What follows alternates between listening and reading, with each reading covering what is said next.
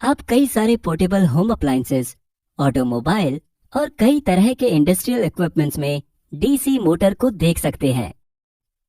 इस वीडियो में हम कमर्शियल डीसी मोटर के ऑपरेशन और कंस्ट्रक्शन को लॉजिकली समझने की कोशिश करेंगे। चलिए, सबसे पहले हम सिंपल डीसी मोटर से शुरू करते हैं। ये कुछ इस तरह दिखती है।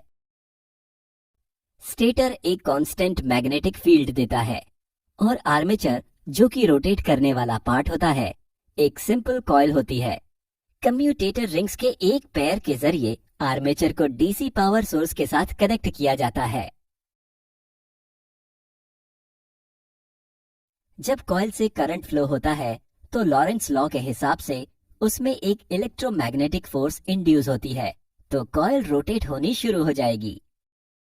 आप नोटिस करेंगे कि जैसे ही कॉइल रोटेट होती है, कम्यूटेटर रिंग्स ऑपोजिट पोलैरिटी वाले पावर सोर्स के साथ कनेक्ट हो जाती है। इसका नतीजा ये होता है कि कॉइल के लेफ्ट साइड में इलेक्ट्रिसिटी हमेशा दूर की तरफ फ्लो होगी और राइट साइड में इलेक्ट्रिसिटी हमेशा पास की तरफ फ्लो होती है। ये सुनिश्चित करता है कि पूरे मोशन के दौरान टॉर्क एक्शन भी उसी दिशा में रहे ताकि कॉइल रोटेट होती रहे।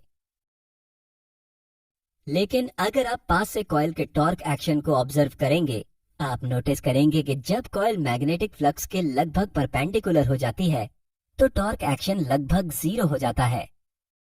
इसका नतीजा ये होगा कि अगर आप एसी डीसी मोटर को रन करेंगे तो रोटर का मोशन इर्रेगुलर हो जाएगा।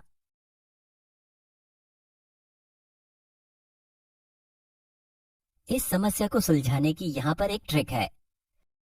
एक अलग कम्यूटेटर पेयर के साथ रोटर में एक और लूप को ऐड कर दीजिए। इस अरेंजमेंट में जब पहला वाला लूप वर्टिकल पोजीशन में होगा तो दूसरा लूप पावर सोर्स से कनेक्टेड रहेगा, ताकि सिस्टम में मोटर फोर्स हमेशा मौजूद रहे।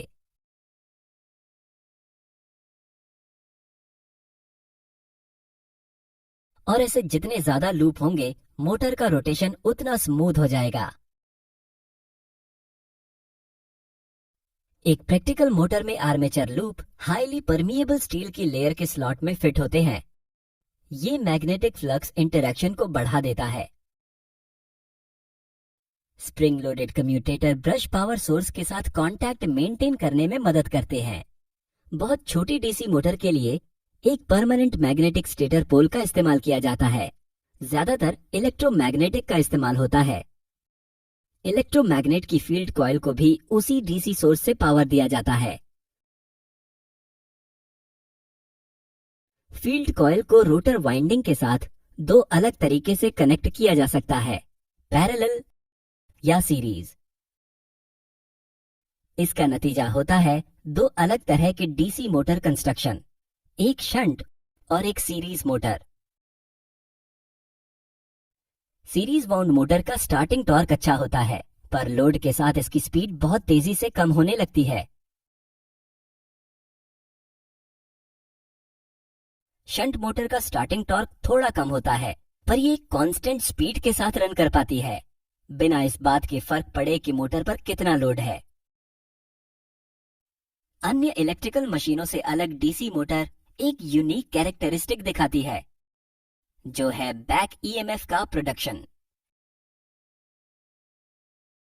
इलेक्ट्रोमैग्नेटिक इंडक्शन के प्रिंसिपल के अनुसार मैग्नेटिक फील्ड में रोटेट होता लूप ईएमएफ प्रोड्यूस करता है। रोटेटिंग आर्मेचर लूप का भी केस सेम है। एक इंटरनल ईएमएफ इंड्यूस्ड होगा जो कि अप्लाइड इनपुट वोल्टेज को अपोज करेगा। बैक ईएमएफ आर्मेचर के करंट को काफी मात्रा में कम कर देता है। बैक ईएमएफ रोटर की स्पीड के अनुपात में होता है।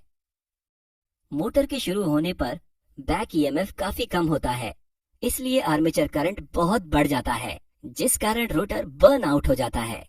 इसलिए बड़ी डीसी मोटर में एक ऐसे स्टार्टिंग मैकेनिज्म का होना जरूरी है जो अप्लाइड इनपुट वोल्टेज को कंट्रोल कर पाए। यूनिवर्सल मोटर डीसी मोटर का इंटरेस्टिंग वेरिएशन है, जो कि एसी और डीसी दोनों ही पावर सोर्स के साथ काम कर सकती है। इसके बारे में अधिक जानने के लिए कृपया अगला वीडियो चेक करें।